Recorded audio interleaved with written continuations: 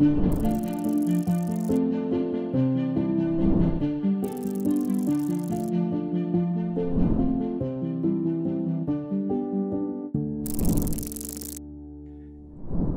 I'm Jonno Turner and welcome to Into the Depths, a new podcast presented by Rockwool in conjunction with Denmark SailGP Team. As part of this new podcast series, we'll be meeting some interesting characters from the world of sport, business, science and sustainability. And to mark SailGP's first ever Italian event, we have a very, very special guest joining us today. First of all, I'm joined by Denmark SailGP Team presented by Rockwool driver Nicolai Sehested. Hi Nicolai. Hey Jonno, good to see you. Good to see you too, and thanks for joining us. And I'm also very happy and honoured to introduce Alex Bellini, Italian explorer, adventurer, motivational speaker, sustainability campaigner. What can't this guy do? Alex, thank you for joining us. We're very happy to have you. Hi Jonno, nice to meet you. Well, let's get straight to it. Alex, you've done some of the toughest endurance events on the planet. You've run the Marathon des Sables, you've run across the United States of America, you've rowed across the Atlantic Ocean and the Pacific Ocean, but you didn't grow up by the ocean. So take us back to the early days, baby Bellini. Did you have the appetite for adventure from day one? Yeah, the place I was born couldn't be farther from the ocean. In fact, I was born in a small little village surrounded by mountains on the northern parts of Italy. My childhood has been surrounded by mountains. I always loved getting lost in the woods, in the local woods, and I always been a great fan of skiing, mountain biking, outdoor activities in general. But I couldn't, at the age of 8, 9, 10, I couldn't imagine how life would have brought me by the age of 40. This was my great stroke of luck, and I admit it. I was very, very fortunate to live in this small village. The second big stroke of luck was having my father being a great fan of motorbike, and especially in conjunction with desert. So in the late 80s, beginning of 90s, he was used to ride his motorbike for thousands of kilometers in Sahara Desert, from Mauritania, Algeria, also Egypt and Tunisia. So I remember my father clearly setting off with his motorbike and leaving home for months. And growing up, look where we are. I turned into an explorer, and I'm so happy because I lived the life that I always dreamt of living. Did it feel quite normal to you to do that? Was that always something that you planned to do and that you dreamt of doing in the future? By the age of 18 was totally different. I decided to study accountancy in Milan. So I moved from my little village, my hometown, 200 kilometers south to Milan, where I studied accountancy for 3 years. Although I was quite happy with the decision, and that path would have led me to a good life, apparently a good life. But on the other hand, I was totally unhappy, unfulfilled. My mind was telling me to keep going, to keep studying what I was studying, but my heart was totally unhappy, and I was lucky enough to stop what I was doing and to question my decision. And in 2001, I decided to take part at the Marathon des Sables, which is a 260 kilometers self-supported running race in Morocco. And from that point on, my life turned upside down. I came back from Morocco willing to become something different. So with my car, I steered the wheel to the opposite direction, and I took the less traveled path, the path that I'm still driving or walking right now. What do you remember of that time? Was it an easy decision for you, or was it something that you really, really kind of worried about and had some anxiety about that moment, I was kind of worried because I didn't have a role model. I didn't know how to make a living being an explorer. I didn't know how to raise fund to sustain my passion. For example, my first experience running across the Marathon des Sables, or also the next one, walking across Alaska, was something that I paid with on my own money. I would do some very simple job like collecting garbage in the summertime or working on a restaurant. Later on, by 2003, 2004, when I decided to try something big, very big, and try to row across the Atlantic Ocean. And so with that experience, I kind of figured out that I had to raise a lot of money to make this project possible. So I had the opportunity to work with a fundraiser who helped me out with money wise. And so from that point on, my life switched. I think one thing that links all of your activities in those early days, from the marathon, you know, to when you started to row across oceans as well, is they all had this theme of really putting yourself under pressure and testing your endurance. So why is that? Can you express why that's so important to you or so fulfilling? Why do you need that to survive almost? Yeah, to answer this question, I had to take you on a little journey in my depth, you know, in my deepest part of my heart and my soul. I didn't know who I was. And I was so scared to become something that I didn't like. And so I was happy to do whatever it would take to try to find who I really was. And so putting myself in danger, putting myself in a crazy situation, put myself in deprivation, or, you know, name it. It was not the objective of my expedition. My expedition, my ultimate goal was understanding who I was. Back then, in 2004, I was not a sea lover. I didn't know what color was the ocean from the middle of the ocean. I didn't even know what should I be scared of by rowing an ocean. But I knew something.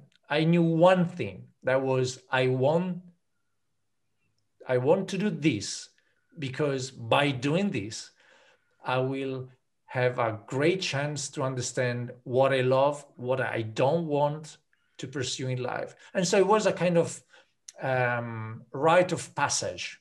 I don't know whether you are familiar with these words, but the rite of passage means that take on an adventure, and by the end of the adventure, you will understand what you're capable of, and first of all, who you are. So all my life up until right now, this moment, has been led by the question of who you are. There is no greater way to understand who you are, but putting yourself in, you know, try to make crack, like, you know, like test the resiliency of something, test the capability of resisting. And so that is a kind of torture, self-torturing, you know, but still that proved to be a great way to understand who I was.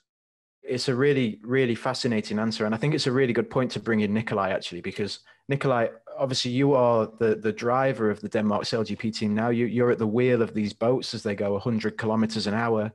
And it's pretty scary up there on the foils as well. But, you know, you started in a very different game in the ocean race, sailing around the planet. And I think that's one of sport's ultimate tests of resilience. You know, what was the biggest thing that you learned from your first experience of going offshore in the ocean race, and what really took you by surprise? I think it feeds back a little bit to what Alex been saying. I started thinking when he was explaining why he did it, why he walked across Alaska and rode across the oceans and ran marathons longer than the size of Denmark. He did it to test himself and find out who he was. And I was just thinking maybe we're all actually doing that a little bit when we're taking something on that we don't quite know what it is and the size of it before we actually are in the middle of it. And I think that was the case with me in the ocean race. I've always been searching for new challenges and new things that I can succeed in or fail in. It sounds weird, but I also enjoy failing in things because that gives me an opportunity to try again and then do a better job and come back. So the ocean race for me was a great opportunity to be have a chance of proving what I could do and test myself as well if I was capable of one thing is competing and completing the race, but also winning the race and doing a good job under pressure. And I think that was driving me. And now I'm just thinking quite hard. Maybe that resilience Alex is talking about is what's driving all of us in things that is not quite the normal road. I think the ocean race is not the normal road as well for most people. It's a road with few people you meet on your way. And I think more people have climbed the Mount Everest than sailed around the Cape Horn in a sailboat. So it just shows that, these empty roads that we sometimes find ourselves on, they're very attractive. And we, for some reason, end up taking them when we have the opportunity. And I think that's probably what's been driving me. It's simply just end on that lonely road where you actually have a story to tell afterwards and you find out more about yourself than before you started the journey. And I think that, something that you both share in common is that you've experienced isolation in a way that probably most of us have never experienced. Alex literally alone in many of these adventures. Nicolai on a small boat with some other people, but I guess you are isolated in the context of the planet. You're sailing in places where you're closer to the astronauts in the space station than you are to anyone else on land. So, what are those moments of isolation? Like maybe you first, Nicolai. What do you learn about yourself in those moments of isolation? I think first of all, I think what Alex has done on his own is very impressive to a guy like me, because I know what it's like to be on your own in the middle of the ocean. But I remember how much comfort I had in my teammates around me. In the toughest day, in the darkest hours, those teammates meant the world to me. And you, Alex, not having teammates, but you're on your own every single day, that's very impressive and something I also like to hear a bit more on how you manage that in your head. But to answer your question, John, I think it's about you really find out if you're in balance or not when you're out there. You find out if who you are when you're empty of energy, empty of sleep, empty of motivation. You just have yourself left in a space where you can't leave it, you can't change it. You just have to enjoy it or get through it. And I think that's where you really realize what kind of person are you. Do you actually enjoy yourself when it's completely empty and you can only have your own thoughts and your own voice, or do you want to change something about yourself? That sometimes we believe that people are what they are behind the mask. We all wear a mask and we literally are the one behind the mask. But what if we are this mask as well? What if we are made of many, many masks, many, many characters? So within myself, there is the brave one, the hero, but also there is the little boy who needs to be cuddled up, he needs to be cared of. I am the wise man, but also I'm the fool one. I want to continue and to keep pushing and to keep going, but I'm also the one who he doesn't really want to take any risk at all. So I am a multitude, and I experienced that every day of my expedition. I know what I want, but I have a lot of doubt. I would push myself to the extreme, but I also will love to stay, in the comfort of my house. And so I'm like a pendulum moving from one extreme to the other. We cannot understand others if we don't understand ourselves in the first place. And this is my kind of personal philosophy. If I want to be a good father, I need to be a good man. And to be a good man, I need to get to know myself from the point of strength but also the weaknesses. And so by allowing yourself to be both the strength and the weaknesses, you also allow people to express their own doubts, their own weaknesses, and be happy with that. It feels like, as you learn a bit more about yourself, at some point, I guess around the Pacific Ocean rowing challenge, at some point your focus started to shift from yourself. And do you think that was a product of knowing yourself a bit better and maybe being a bit more satisfied with who you are and your character? Yeah, definitely. I think that I have traveled many, many, many, many miles within myself. And at some point, I realized that journey was about to end. And I can tell you that sometimes I read my logbooks and my diaries that I kept while rowing across the ocean. And very, very, there is nothing that describes the situation of the outer world. It was always a description of what was happening within myself, which was okay. But I knew that I missed an opportunity to see it, to understand what was happening around that boat. And so lately in 2018, I decided to move my focus from the question who I am to the question, where are we going as a species? Where are we going? And we cannot solve, or we cannot give answer to this question if we don't understand the connection, sometimes complex connection between human and nature, because we live in the time of consequences in many, many reasons. For the first time ever, we are facing the consequences of our action, and so as an explorer with a focus on where are we going, this is the right time to embark on such an adventure. Nicolai, you've as we discussed, you've sailed around the world. You've seen some of these challenges that Alex is speaking about firsthand. You've seen plastic pollution in the ocean. You've seen trash in the ocean. Tell us a little bit about your experiences of that and how it feels when you see that in some of the most remote places on Earth. I think my experience, my journey started a little bit the same as Alex's. My journey with the ocean race started as a more about myself and the sport and the focus on the results and doing well. But I remember very clearly in my first ocean race, one of the second or third night into a lake to Cape Town, we sailed through a lot of garbage and a lot of plastic. And I remember I had a watch buddy on the deck that night who's done the race 6 times. I remember telling him, wow, this is how weird is that we hit this amount of garbage just in the middle of the ocean right now. We could have hit anywhere. And he told me, oh, you wait and see, it's going to get a lot worse. I've done 6 races now for the last 20 years and it's only getting worse and worse and worse. I remember his words still today, 7 years later. And he was right. It got worse and worse and worse for the race. And the second race I did, it was, again, even worse, more plastic. Almost every single day we saw plastic, no matter where we were. And that night changed my focus to, I was just a part of a race to actually really caring about this problem, this issue, because it's not going away. Unfortunately, it's only going the wrong way. And that's, that's the hard fact. And it can be very painful and very sort of, it's a very large problem to try to understand and do anything about, because it's just getting worse every single day. But it's still something that we all hope and dream of, that we can change in time before it's too late.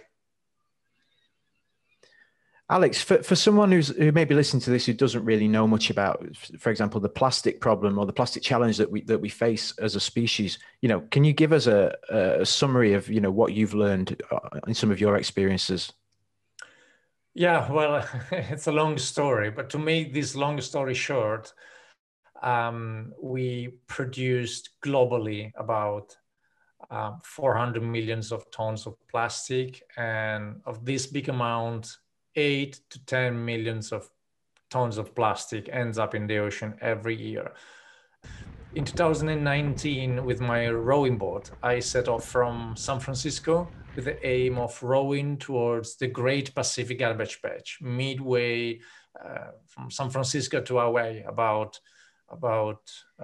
thousands of miles from San Francisco. So I ended up rowing in the most polluted part of the Great Pacific Garbage Patch. But contrary to the common belief that in the middle of the ocean, there is a big island of plastic, well, what I could see is that the reality is very different.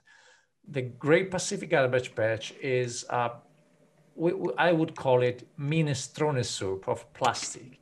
Plastic has been a product that has been produced very recently, but there is a highly chance that this plastic will survive. There is a mix of feelings. On the one hand, you will be tempted to say, what the heck is all here? I imagined to bump into a big chunk, big amounts of plastic. And so a part of myself was downplaying, was saying, oh, well, it doesn't seem a big problem. But then you stop and think that nobody will ever go there in the middle of the ocean, which, by the way, is no man's land. Nobody owns it. And this also makes the problem bigger. So who has the duty? Who has to go there and clean up the ocean? Nobody, because it's a no man's land. It will get bigger and bigger by the time. And on the other hand, you start having the strong feeling that you are part of the problem. I collected a lot of plastic in those days and in the Pacific Garbage Patch, and I couldn't keep my thinking from I am part of the problem. By the time I went back to land, I was determined more than ever to tell my audience and the people following my project, to tell them the truth. And the truth is that plastic is not a problem. Plastic is the consequences of other problem, because plastic is just plastic. It's a great invention. It should provide, great way of living and cheap way of living. And by traveling and sailing on the 10 most polluted rivers, I am starting to understand what are the problems. Social exclusion, poverty, lack of education, lack of choice, lack of options. Because I don't know whether some of you have been to India, but sometimes those people don't have any choices. They don't have options. And this, this makes the ecological crisis even bigger. And I'm very look forward to continue my journey, because every single river I sail on allows me to understand more about this dilemma. So I think what we're hearing is that, to some of these, or to many of these challenges, there are solutions out there that actually exist already. And I guess when you come back, Alex, from a place like the Pacific Ocean Garbage Patch, which not many people get to go to because it's so far away and remote, how was the response to you? Did you feel like people engaged with what you had to say?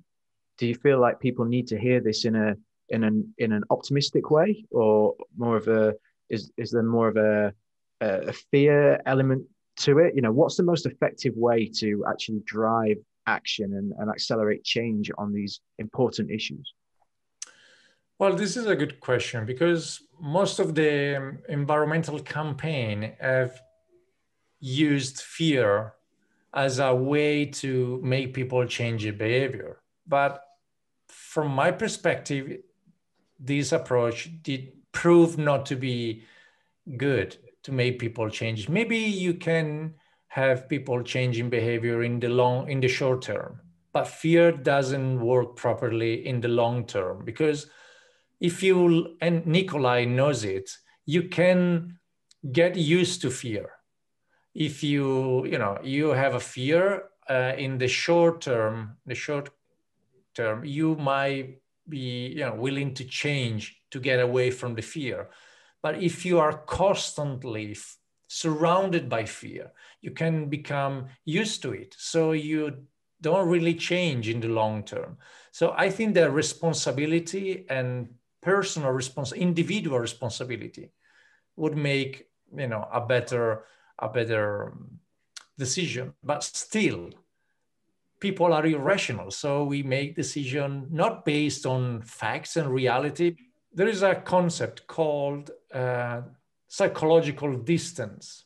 Psychological distance, psychologists use this word, means that the farther you are from the problem, the less interested you are in the consequences. And the closer you are to the consequences of a problem, the more willing you are to make a change, And so by traveling on the 10 rivers, I hope to get people closer to the problem so that they feel the problem closer, they can see the consequences of our action. And by exposing them to the problems that might cause the plastic or the waste management and stuff like that, the more people will be prone to make meaningful change in their life. Alex, you've launched a campaign called 10 Rivers, 1 Ocean. What's the thinking behind that, and what are you trying to achieve? Well, in the last 7-8 years in Italy, we have been surrounded by news that oceans are polluted. At some point, I kind of wonder, but where the plastic polluting the ocean is coming from? It couldn't be just thrown by ships, it couldn't be thrown by the shore. And so in 2017, while I was doing some research, I got across a new research made by a German scientist. And that research was about the 10 rivers that contribute the most to the plastic pollution in the ocean. And I was quite surprised to know that there is a German scientist who had made this list of the 10 rivers. And surprisingly, those 10 rivers contribute 80% of the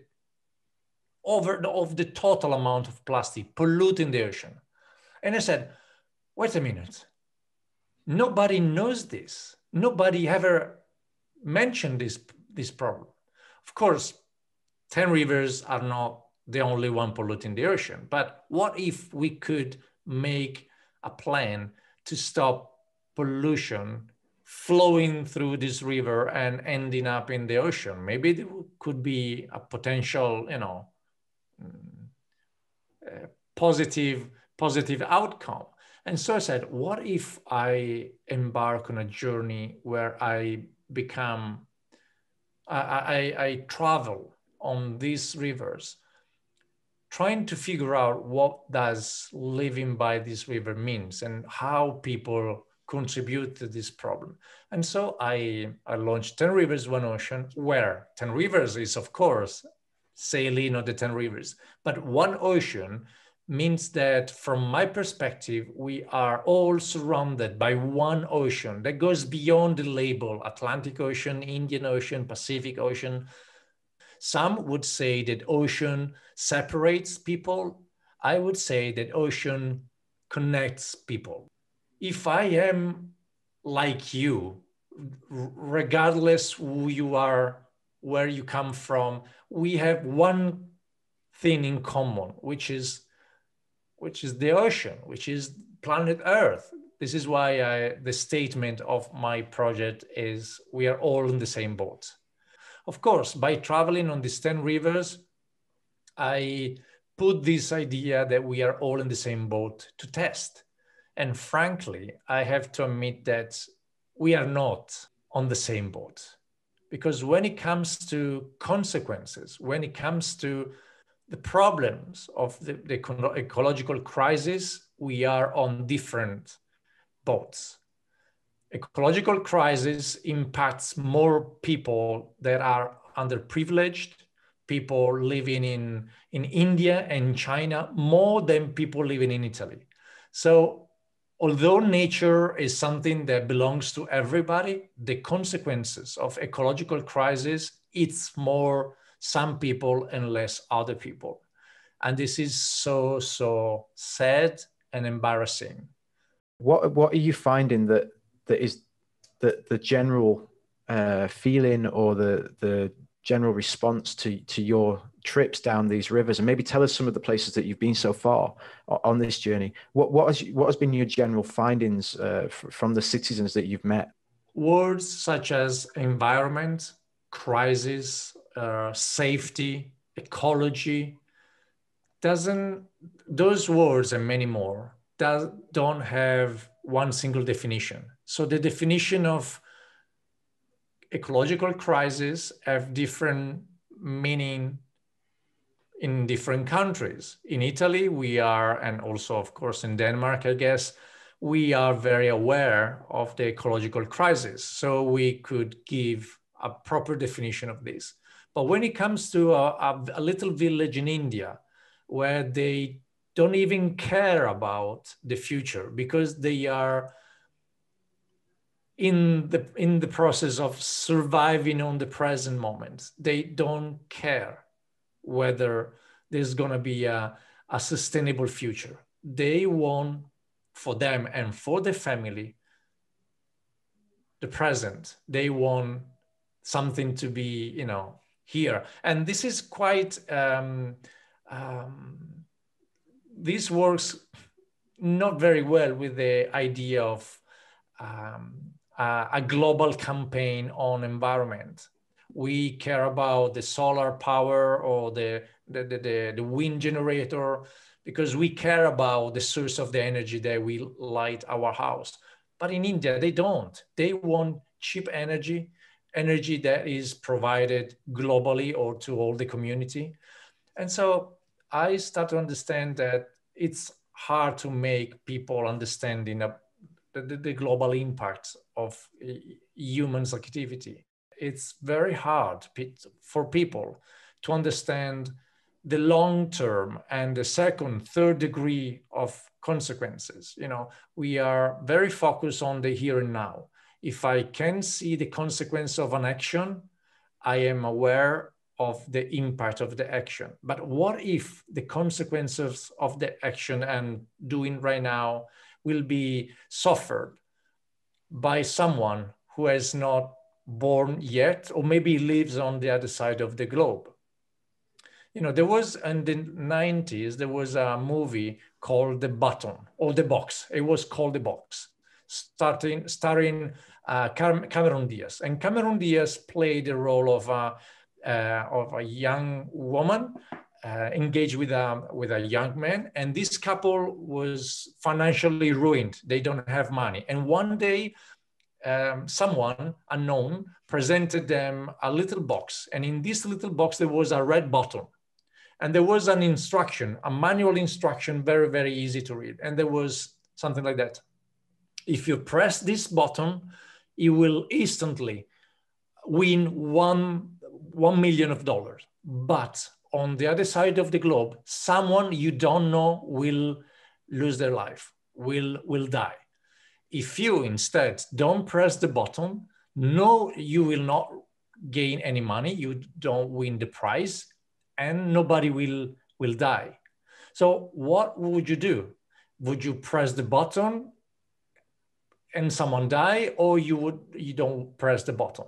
And so all the movie goes around this couple trying to understand whether it's better to press the button and win the prize or not press the button for the good for the planet.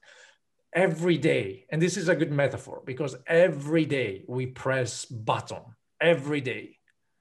Sometimes we don't even know it. It's unconsciously. So every decision we make, every product we buy, every work we do, every people we meet, it's a button that we press. Becoming aware is literally becoming aware of the many buttons that we press and the consequences that those press creates on the planet. I love that metaphor. When you have people ask you, well, what can I do as an individual? How can I avoid pressing that button? What's your response? Well, the question is very interesting. There is no one single answer to this question. The first answer, however, is that every time we go to do some shopping, it is as if we vote for the company that we buy the products from. So it's like casting a ballot, and if you buy something, tomorrow, this product, there will be 2 of these products on the shelves. If you don't buy the products, there will be 1 less on the shelves tomorrow. So the idea that we can contribute to make a global change. Our action can make small changes, but we don't save the planet by making small changes. We need to be backed up by corporate, government, and lawmakers, people that can amplify our own decision. How important is it to have events, sport events and events like SailGP that come to cities and engage with those officials and can actually inspire a wave of optimism and a wave of change? Well, sports has a great role in making people coming together.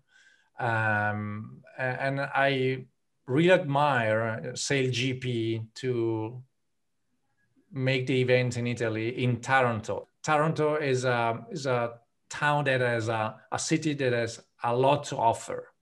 But on the media, they only speak about Taranto for one thing. That is the pollution that is creating a mess on the skies and the earth of people and stuff like that. Organizing a sailing event in Taranto is great because people come together, they start enjoying more, they can, get together in this great positive environment, and this is great. And the message of sports is universal. The idea that, we are all in this together. And so I really appreciate and I really love the idea to make this event in Italy, in Taranto. Nicolai, you were obviously racing in Taranto, and there were thousands and thousands of fans out on the dock, and it felt like there really was a wave of optimism and positivity around Taranto. What was your experience as an athlete racing on the waters of Taranto with that kind of support behind you? I mean, first of all, it was a fantastic race to be a part of. It was the conditions were great. The city is a great for sailing events, and we had so many fans that I didn't even expect. So the public really came behind the event and came behind us and watching the racing, and that was a really cool experience. And also jumps a bit into what Alex said in terms of Taranto is previously known a lot for the pollution, for not one of the greatest cities in Italy. And that was also the feedback when we spoke to the local. They were like, finally, Taranto is being broadcasted to the world for something else than a problem to the climate change and to the pollution. So I think that's fantastic that we can do that with the SailGP events, and we can raise the awareness of a problem while still, giving value and benefit to some of the people who's in the middle of the problem. That's a very cool thing. Well, I think you're absolutely right, and Taranto is a city that is on a journey revitalizing itself, and I think Alex, you're on a journey with this campaign as well. I believe you've ticked off 4 of the rivers of 10. Yes. Yes. So what's next up for you? Where are we off to next?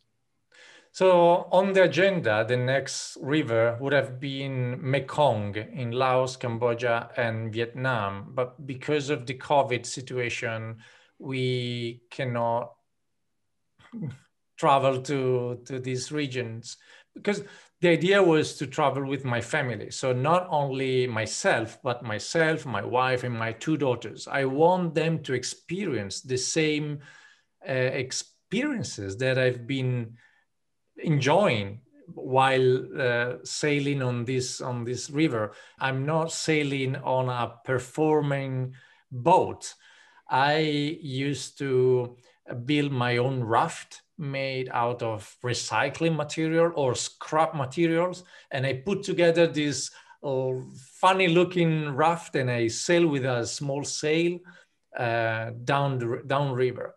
So not being able to navigate on the Mekong right now, the project has been postponed to September. We want to take advantage of this summertime to navigate on the Po River, which is the longest river in Italy, so that we can tell the story of how bad and how polluted, unfortunately, is the Mediterranean Sea. And we are all contributing, all the countries on the Mediterranean basin contribute to some degree to the pollution. And contrary to the Pacific or Atlantic Ocean, which are open ocean, the Mediterranean is a semi-closed sea where the pollution can only grow bigger and bigger. And we have to create some sort of floating barriers that prevent plastic from entering in the ocean. So we have to stop waste before it gets into the open ocean. If any of our viewers or listeners want to follow your journey as you go on, where can they go to follow that and find out a bit more about 10 Rivers, One Ocean? The official website is 10riversoneocean.com. You can also check on my personal website, which is alexbellini.com, or of course on the social medias from Instagram to YouTube or Facebook. The project will be displayed and will be shown through this website on social medias. Excellent. Nicolai, obviously 2 Grand Prix done in SailGP, another one coming up in a few weeks. Tell us a little bit more about where we're heading next and what your preparation will be for that. Yeah, so next up we're heading to UK, to Plymouth for the 3rd Grand Prix. Obviously this downtime we're spending analyzing our performance from Toronto, our learnings, our mistakes. We're in a fortunate position that we make a lot of mistakes, so it's not hard for us to find something to talk about and something to improve. But that's a very enjoyable journey as well. It's for me, it's a lot about the process and not so much about the end result. The process to get there is very entertaining and very fascinating to be a part of. And we are heads down right now trying to just improve every single bit we can. And as I said many times, as long as we improve every time we go sailing, we are going to end up in the right place eventually. And that's the fun thing about this project. Both of you, thank you so much for joining us for this first podcast in the Into the Depth series. Alex, thank you for sharing so much of your story. It was really fascinating to hear about your experiences and what you've learned during that time. And we can't wait to follow your journey as you go on the 10 Rivers, One Ocean project. I think we'll wrap it there. Thank you both. And if anyone wants to find out a bit more about Rockwool Beneath the Surface or Denmark SailGP Team, you can head to @Rockwool Group on Instagram or Facebook. And you can follow Denmark SailGP Team at SailGP Den.